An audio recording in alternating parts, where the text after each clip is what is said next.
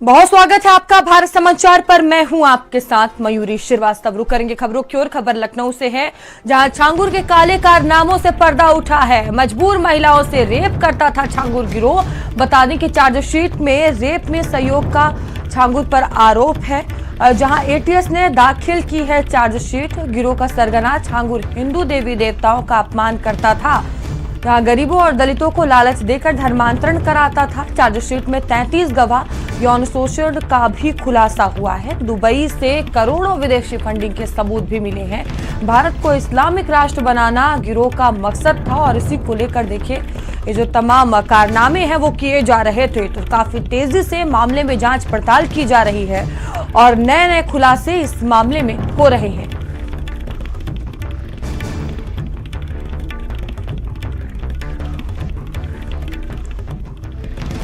तो छांगुर के काले कारनामों से पर्दा उठ रहा है, लगातार खुलासे हो रहे हैं। और मजबूर महिलाओं से रेप करता था छांगुर गैंग, ये जानकारी सामने आई है। चार्जशीट में रेप में सहयोग का छांगुर पर आरोप है। एटीएस ने चार्जशीट दाखिल की है और गैंग का सरगना है छांगुर। बता दें कि हिंदू देवी देवताओं का अपमान करता था। तो तमाम जो खुलासे हैं वो लगातार हो रहे हैं। गरीबों दलितों को लालच देकर धर्मांतरण कराया करता था। चार्जशीट में 33 गवाह यौन शोषण का खुलासा हुआ है। और संदीप हमारे साथ जुड़ चुके हैं। संदीप, छांगुर मामले में लगातार जो खुलासे हैं वो हो रहे हैं और काले कारनामे सामने आ रहे हैं। अभी क्या अपडेट है मामले में, क्या कुछ जानकारी सामने आ रही है?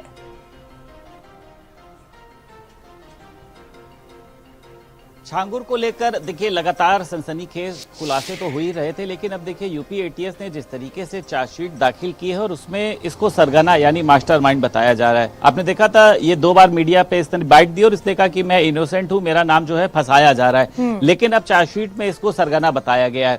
एक और बड़ी खबर देखिए सामने निकल कर ये आ रही है कि जो मजबूर महिलाएं होती थी उनके साथ छेड़खानी और उसी के साथ साथ दुष्कर्म किया जाता था। यानी छांगुर के गिरोह के जो लोग हैं वो सिर्फ धर्मांतरण तक सीमित नहीं रहे हैं, बल्कि वो उन महिलाओं का दुष्कर्म भी करते थे। कई बार ये देखा गया है कि सामूहिक दुष्कर्म किया गया है, उसमें छांगुर की सहभागिता भी जो है वो उतनी ही रही है जितनी अन्य लोगों की रही है। उसी के साथ साथ हिंदू देवी देवताओं को अपमान करना, उनको बहुत हीन भावना से बताना कि ये तुम्हारे लिए क्या कर सकते हैं। जन्नत का रास्ता जो है वो लोगों को बताकर दिखाया जाता था कि अगर तुम धर्मांतरण करते हो तो तुमको जन्नत जो है वो नसीब होगी। तमाम बड़े बड़े देखिए खुलासे हुए हैं, लेकिन ये देखा जा रहा है कि छांगुर ने जिस तरीके से महिलाओं को अपने देखिए जाल में फंसाया, धर्मांतरण कराना, जिस तरीके से कई तमाम बातें सामने आई कि महिलाओं का धर्मांतरण कराया गया। कई महिलाएं आज भी गायब हैं, उनके जो परिजन हैं वो आज भी उनको ढूंढ रहे हैं। लेकिन आप समझिए कि जो मजबूर महिलाएं जो उसके पास पहुंचती थी, कई लोग ये बताते हैं कि कोई कहता था कि मेरे पति की शराब नहीं छूट रही है या कुछ ऐसी तमाम चीज, उनका दुष्कर्म किया जाता था। तो मुझे लगता है कि चार्जशीट में इस बात को भी लिखा गया है। अब इसको लेकर देखिए मुझे लगता है कि इस पर और भी धाराएं जो हैं वो अभी लगेंगी। जेल में तमाम लोग हैं, लेकिन छांगुर की जो दिक्कतें हैं वो लगातार बढ़ रही हैं, एक के बाद एक के खुलासे। दुबई से ये जो पूरा पैसा है, मतलब ये जो नेटवर्क संचालित हो रहा था, इसको दुबई से संचालित किया जा रहा था, विदेशी फंडिंग हो रही थी। और उसी के साथ साथ देखिए ये भी देखा जा रहा था कि ये एक शरिया, मतलब आपने भी देखा था कि ये बताया गया था कि ये शरिया का ये जो पूरा कानून है, मतलब शरिया राष्ट्र बनाना। कई आपने देखा था कि जब इसके यहाँ पर पुलिस पहुंची तो उस पूरे गांव में देखिए वहां पर जो है वो झंडे लगे हुए मिले थे। तो ये माना जा रहा है कि इसका जो मकसद था वो भारत को इस्लामिक राष्ट्र बनाना चाहता था, शरीयत जो है उसको यहाँ पर लागू करना चाहता था। दुबई से लगभग 23.61 करोड़ विदेशी फंडिंग के सबूत मिले हैं।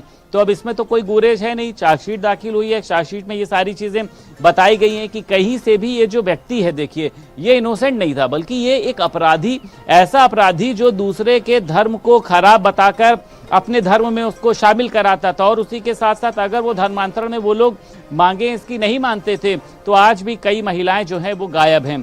तो मुझे लगता है कि आने वाले समय में देखिए छांगुर की दिक्कतें और बढ़ेंगी। और उसी के साथ साथ जो इसके सहयोगी थे, चाहे नीतू नसरीन की बात कर लें या तमाम अन्य लोगों की, देखिए एक बोहरा करके था, मुंबई से भी इसके कॉन्टेक्ट डिटेल मिले थे। तो अब मुझे लगता है कि अभी जांचें जो हैं आने वाले समय में और तेज होंगी। फिलहाल चार्जशीट दाखिल कर दी गई है, उसमें छांगुर को मास्टरमाइंड बताया गया है।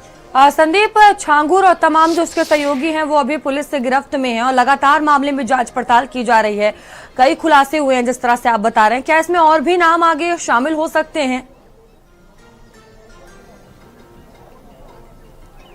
देखिए बिल्कुल इसमें नाम शामिल होंगे, क्योंकि अभी तो दो ही लोग, एक नीतू नसरीन की बात करें, एक रवि बोहरा की बात करें, ये लोग जेल में हैं। लेकिन ये जो महिलाओं के साथ दुष्कर्म करते थे, जो सामूहिक दुष्कर्म करते थे, इनके नाम तो अभी सामने ही नहीं आए। इसका मतलब बाबा के गिरोह के जो देखिए आदमी है, छांगुर के गिरोह के, ये अभी भी खुलेआम घूम रहे हैं। जिस तरीके से यूपी एटीएस ने जो चार्जशीट दाखिल की है तो उसमें पीड़ितों के, महिलाओं के बयान लिए गए हैं। उन्होंने बताया है कि बल्कि छांगुर जो है वो खुद मदद करता था दुष्कर्म करने में, छांगुर खुद जो है वो खुद छेड़खानी करता था।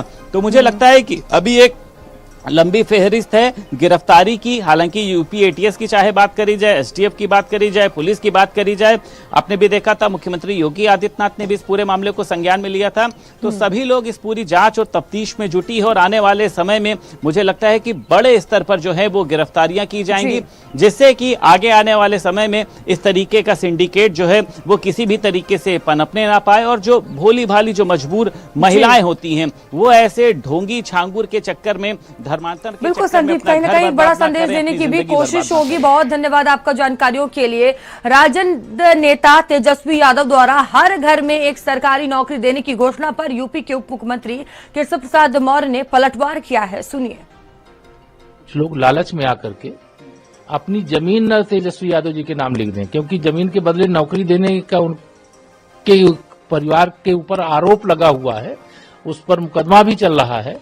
और इस प्रकार की घोषणा करना, जिस घोषणा करना कोई सिर है ना कोई पैर है, कोई जो नौकरी देश भर में एक साथ इतनी नहीं दी जा सकती, वो बिहार के लोगों को देने का वादा कर रहे हैं।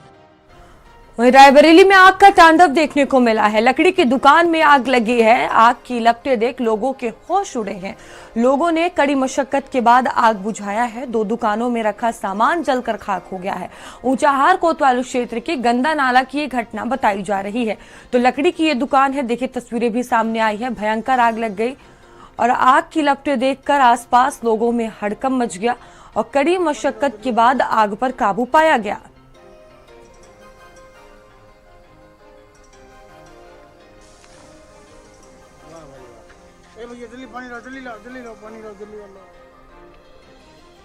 और खबर सोनभद्र से है, जहां 2 बाइकों की आमने सामने जोरदार भिड़ंत हो गई। हादसे में युवक की इलाज के दौरान मौत हुई है। दूसरा चालक हादसे के बाद मौके से फरार हो गया है। हादसे का सीसीटीवी वीडियो वायरल हुआ है। पिपरी थाना क्षेत्र के मुरधवा में ये घटना हुई है। तो हादसे में युवक के इलाज के दौरान जान चली गई है। दूसरा चालक हादसे के बाद मौके से फरार हो गया है। घटना का ये वीडियो भी सामने आया है।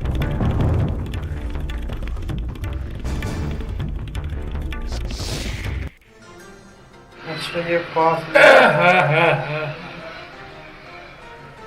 ओवरटेक कर, ये पास ओवरटेक कर, ये पास ओवरटेक कर, ये पास ओवरटेक कर, ये पास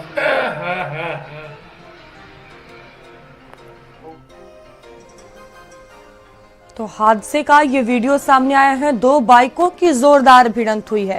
ये तस्वीरें आप देख सकते हैं। दर्दनाक हादसा हुआ है। हमीरपुर से बड़ी खबर है, जहां प्रधान मोहर राम मिलन का तुगलकी फरमान जारी हुआ है। पिता पुत्र का सिर काटने पर 1 लाख का इनाम रखा है। फेसबुक पेज पर फोटो के जरिए इनाम घोषित किया गया। पिता पुत्र ने डीएम से प्रधान की शिकायत की है। शिकायत से बौखलाए प्रधान ने अजीब घोषणा की। पीड़ित ने एसपी को ज्ञापन सौंपकर अब गुहार लगाई है। सुमेरपुर थाना क्षेत्र के मोहर गांव का ये पूरा मामला बताया जा रहा है।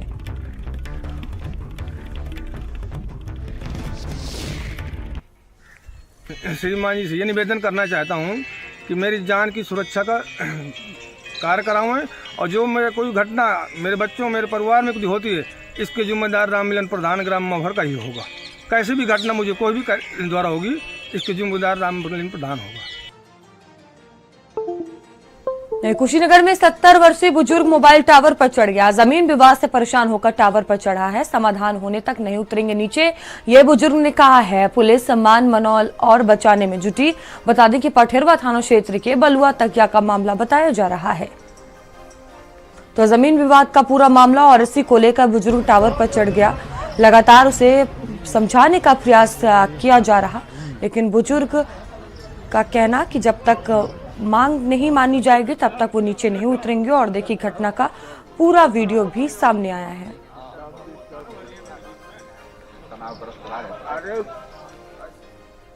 और कुंदन हमारे साथ जुड़ चुके हैं। कुंदन, क्या ये पूरा मामला है? जी, आपको बताना चाहूंगा, ये पठेरवा थाना क्षेत्र के बलुआ तकिया में आज सुबह सुबह एक ऐसा मामला है जिसने सबको आश्चर्यचकित कर दिया। उसके पीछे का कारण था कि 70 वर्षीय जो हरेंद्र राय हैं, उनका ये आरोप है कि उनकी जमीन का मामला है जिसमें कि 2 भाई अपनी मकान बना चुके हैं और इनका जो छत नहीं लगने दे रहा है। उनका ये भी कहना है कि अभी तक ये मुख्यमंत्री के जनता दर्शन में कई बार गुहार लगा चुके हैं और अनगिनत बार तहसील के चक्कर लगा चुके हैं, लेकिन इनका आरोप है कि इनकी सुनवाई नहीं हुई। इससे परेशान होकर ये मोबाइल टावर पर चढ़ चुके हैं। हालांकि पुलिस और प्रशासन के लोग वहां पहुंच चुके हैं, मान मनोबल कर रहे हैं। उन्हें समझाया जा रहा है कि आइए, जो भी नियम कानून के अंतर्गत चीजें होंगी उस करते हुए और आपकी चीजें जो है वो आप तक दी जाएंगी। जी, धन्यवाद आपका जानकारियों के लिए। बलिया से बड़ी खबर सामने आ रही है। चाकूबाजी में घायल युवक की मौत के मामले से जुड़ी खबर है। युवक को मारते हुए फुटेज भी सामने आए हैं, जहां चाकू से हमला कर गंभीर रूप से घायल किया गया था। 12 दिन इलाज के बाद मौत हुई। शव गांव पहुंचा। परिजन 50 लाख मुआवजे की मांग कर रहे हैं, जहां गढ़वाड़ थाने के त्रिकालपुर गांव की ये पूरी घटना है। तो परिजनों की तरफ से अब मुआवजे की मांग की जा रही है। चाकूबाजी में युवक की मौत का ये पूरा मामला है, जहां इलाज के 15 दिन बाद युवक की मौत हो गई।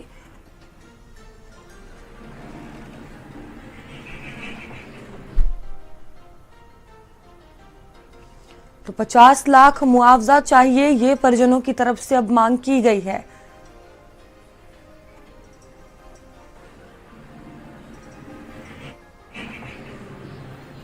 चाकूबाजी में युवक की मौत का ये पूरा मामला है और इलाज के 15 दिन बाद युवक की जान चली गई, जिसके बाद शव अब गांव पहुंचा है और परिजन की तरफ से लगातार 50 लाख मुआवजे की मांग की जा रही है। और खबर संभल से है, जहां शॉर्ट सर्किट से रुई के गोदाम में आग लगी है। रजाई गद्दे भरकर बेचने का काम होता था। कड़ी मुशक्कत के बाद आग पर काबू पाया गया है। 3 से 4 लाख का नुकसान बताया जा रहा है। गोदाम में आधा दर्जन गैस सिलेंडर भी मिले हैं। थाना हयात नगर के मुजफ्फरपुर का ये पूरा मामला बताया जा रहा है।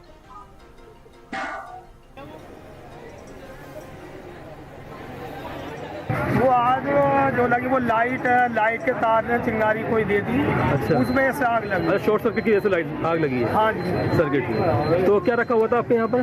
कोई ना, वो रुई रखी हुई, सीजन आ रहा था, इसलिए 1-2 दिन पहले रुई लाए थे हम। हाँ। बेचने के लिए। अच्छा। अब हम 5-7 के सिलेंडर हमारे रखे थे वहीं पास में। अच्छा। और वो लाइट के तार से अपने कुछ चिंगारी दे के अपने आग लग गई। जब हम लोग आए तो आग लग रही थी। हमने फोन किया थाने दरोगा जी को। जी। उन्होंने 5 रेड बुलाई एकदम। हाँ। बहुत जल्दी आ गए, टाइम से सारा प्रशासन यहाँ आ गया। अच्छा। और आग कंट्रोल करके आग बुझा। अब ये नहीं इसका कारण कि कोई लाइट का तार वार टूटा। अच्छा। उससे कोई आग लगी। रुई के बोरे भी इनके ये आज या कल ही आए थे। कोई जनरेटर भी रखा हुआ है अंदर क्या? नहीं, वो जनरेटर तो घर के इस्तेमाल वाला जो होता है वो है, छोटा वाला। और खबर बरेली से है, जहां जानलेवा हमले के आरोपी से पुलिस की मुठभेड़ हो गई है। आरोपी जैस से तमंचा, कारतूस, बाइक बरामद हुआ है। बहेड़ी थाना क्षेत्र के नोला फार्म के पास ये मुठभेड़ हुई है।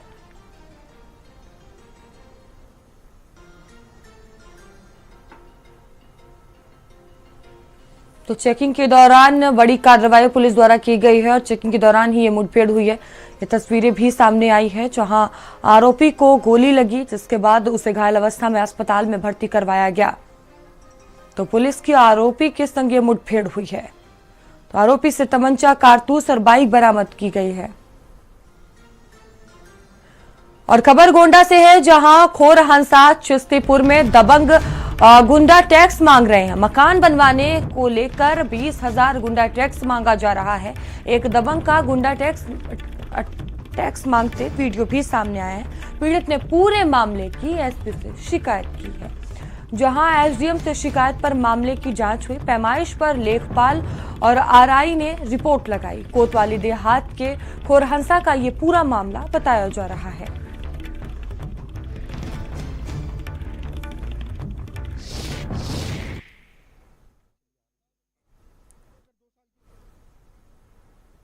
ले जाओ चौकी में दिखाओ। हाँ ठीक है, दिहा जी लाओ दिखाओ। ले जाओ चौकी में दिखाओ, यहाँ ना दिखाओ। ले जाओ चौकी में दिखाओ। हाँ ठीक है, दिहा जी लाओ दिखाओ। ले जाओ चौकी में दिखाओ, यहाँ ना दिखाओ। ले जाओ चौकी में दिखाओ। हाँ ठीक है, दिहा जी लाओ दिखाओ। ले जाओ चौकी में दिखाओ, यहाँ ना दिखाओ। ले जाओ चौकी में दिखाओ। हाँ ठीक। ये लोग साहब ऐसे दबंगई करते हैं, किसी का जमीन है अपना पैसा लेना, ये करना। 20-20 हजार रुपया मांग रहे हैं। भाई 20-20 हजार रुपया दोगे तो जाके निर्माण हो पाएगा।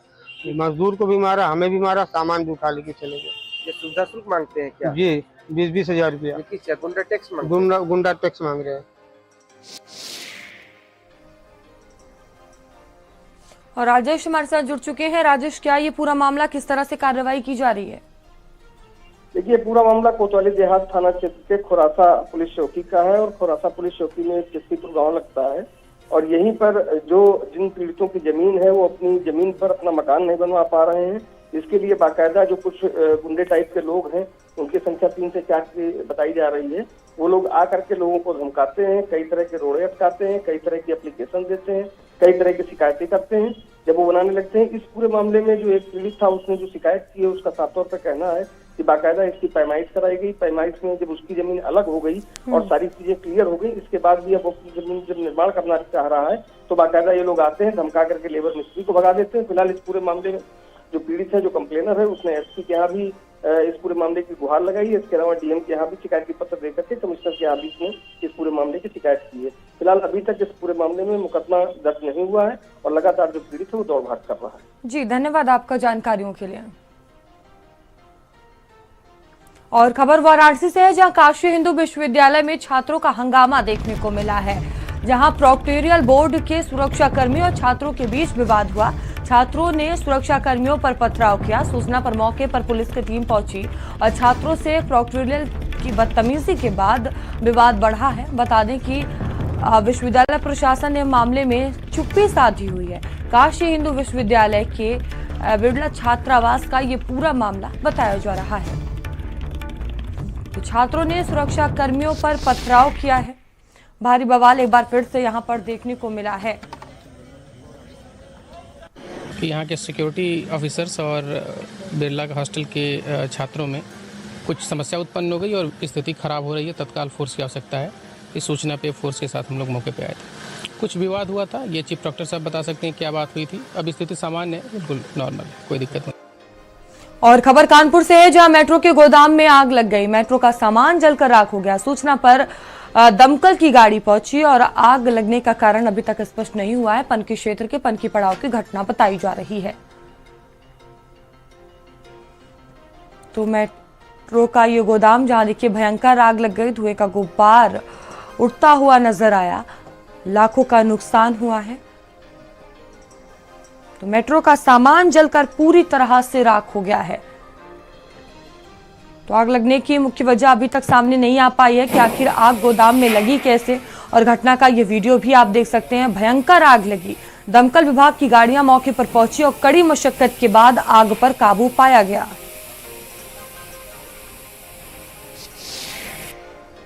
इंडस्ट्रियल एरिया में एक मेट्रो का गोडाउन है, स्क्रैप और अन्य मटेरियल है, वहां पे आग लगी हुई है। आग काफी बढ़ रही है और जैसा आप देख पा रहे हैं अभी पूर्ण रूप से नियंत्रित है। जो बैक साइड में थोड़ा सा, क्योंकि स्कैटर्ड है मटेरियल काफी ज्यादा, तो उसको पूरा बुझाने का प्रयास किया जा रहा है। थोड़ा सा टाइम उसमें लगेगा क्योंकि तुरंत के बुझानी पड़ती है, लेकिन अभी तक पूरी हमने कन्फाइंड इसको कर लिया है और इसमें किसी भी तरह की कोई इंजरी, कोई कैजुअल्टी नहीं है। तो कड़ी मशक्कत के बाद आग पर काबू पा लिया गया। मेट्रो के गोदाम में देखिए भयंकर ये आग लगी, जिसके बाद हड़कंप मच गया और आग लगने की मुख्य वजह अभी तक सामने नहीं आ पाई है। और खबर रायबरेली से है, जहां ट्रैक्टर ट्रॉली अनियंत्रित होकर छप्पर में घुसी है। टायर फटने से ट्रैक्टर ट्रॉली अनियंत्रित हो गई। हादसे में बाल बाल बचे हैं। छप्पर में सो रहे लोग ट्रैक्टर चालक गंभीर रूप से घायल हो गया, जिसके बाद उसे अस्पताल पहुंचाया गया। कोतवाली क्षेत्र के मालपुरा की यह पूरी घटना बताई जा रही है।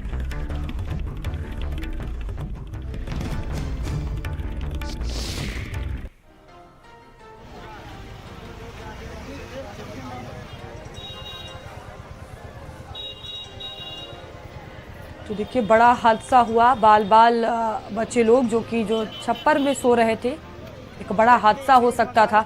चालक गंभीर रूप से घायल हुआ है, जिसे अस्पताल पहुंचाया गया। तो ट्रैक्टर ट्रॉली अनियंत्रित तो होकर छप्पर में जा घुसी, जिसके बाद हड़कंप मच गया।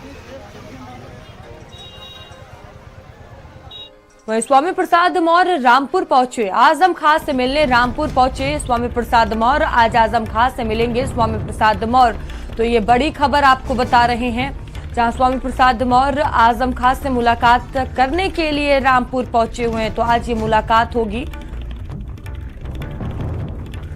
तो आजम खान इस वक्त जेल से बाहर हैं, वो जेल से बाहर आ चुके हैं, जिसके बाद देखिए स्वामी प्रसाद मौर्य रामपुर पहुंचे हुए हैं और आजम खान से वो मुलाकात करेंगे।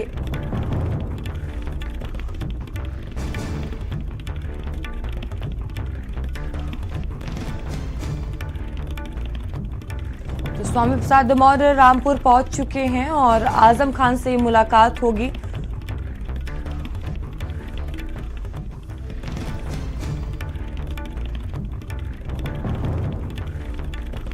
तो आजम खान से लगातार तमाम जो राजनीतिक लोग हैं वो मुलाकात कर रहे हैं। इसी बीच स्वामी प्रसाद मौर्य रामपुर पहुंचे हुए हैं, जो कि आजम खान से आज मुलाकात करेंगे।